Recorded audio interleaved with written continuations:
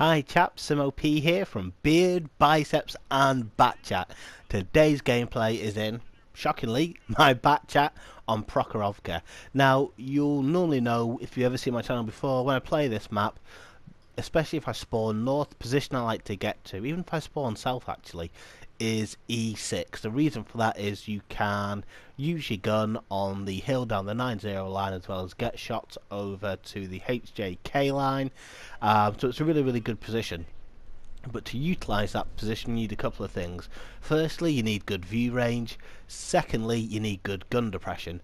Now, the Batchat's view range is average for a tier 10 medium. It's 400. Obviously, you can boost that up with equipment and crew skills. That's two very bad shots there. Oh dear. But the Batchat does not have enough gun depression to utilise that position. So I decided to play this a little bit differently than I normally would. So I decided, rather than to sort of passively poke and do damage, I'm going to play this as a more active scout.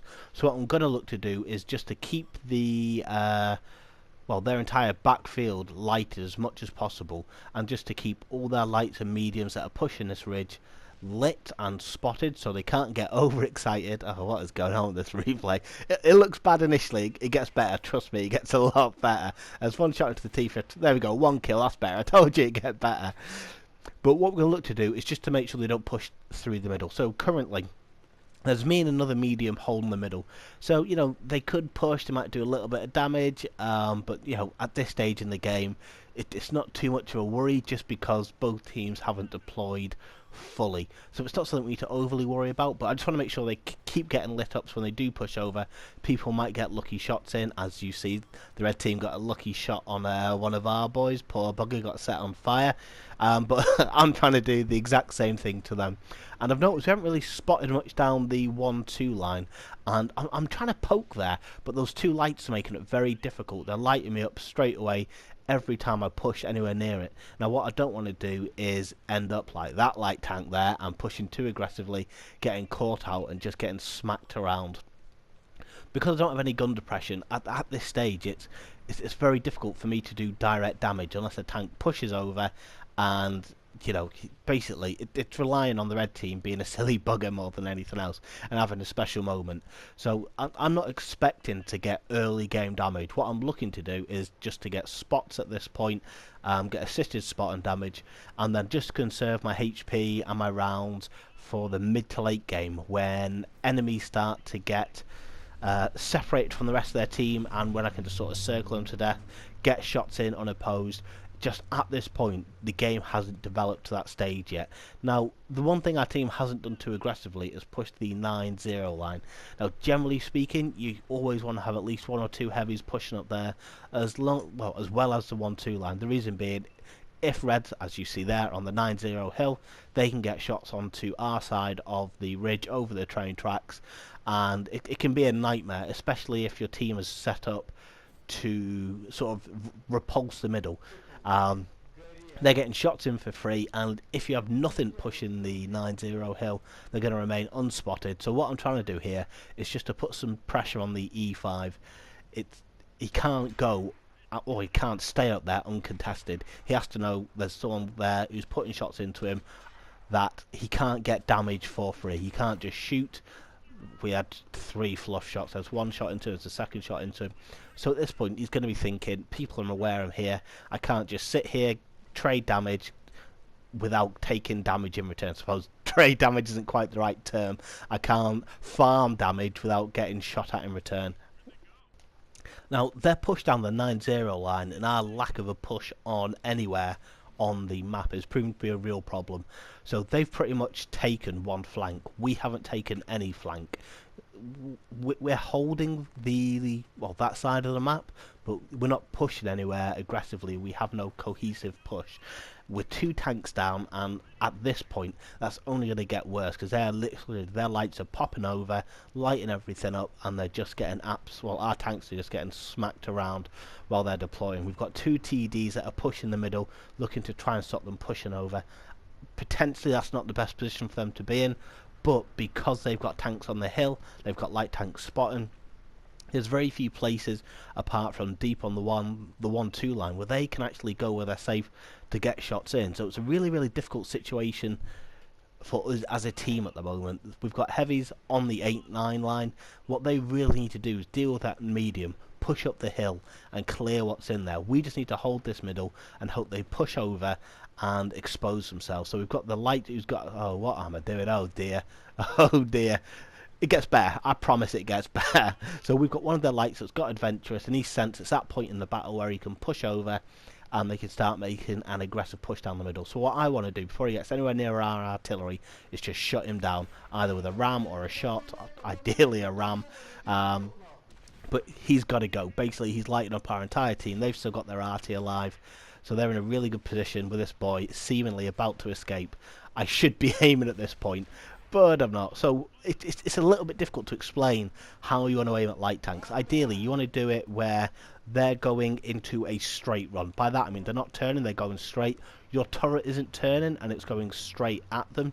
Now you can do this with auto lock and again wait till they hit a straight bit, pull the trigger straight away, or you can auto aim just in front of them without moving your turret and wait till they go just before it, then hit the trigger, sort of lead them a little bit. It's difficult to explain how to do it, but it's sort of the best way to deal with light tanks that are sort of dodging around all over the place. Auto aim generally isn't the best way to do it. It can be a bit of a nightmare. You're not giving light tanks enough of a lead, especially if they're quite close to you. So your best bet, if you are auto aiming, wait till they hit it straight, then pull the trigger, or don't auto aim and aim a little bit in front of them, don't move your turret, and you'll have less dispersions when you pull the trigger, so hopefully you'll hit a little bit more. Hopefully that's fairly clear and not too crazy technical. So at this point we've pulled it back a little bit. We're still 1 or 2 tanks down, but we know roughly where the majority of their team is. Now, they have a lot of TDs left compared to us. Most ours died when they were pushed in the middle, taken out by RT, by light tanks. They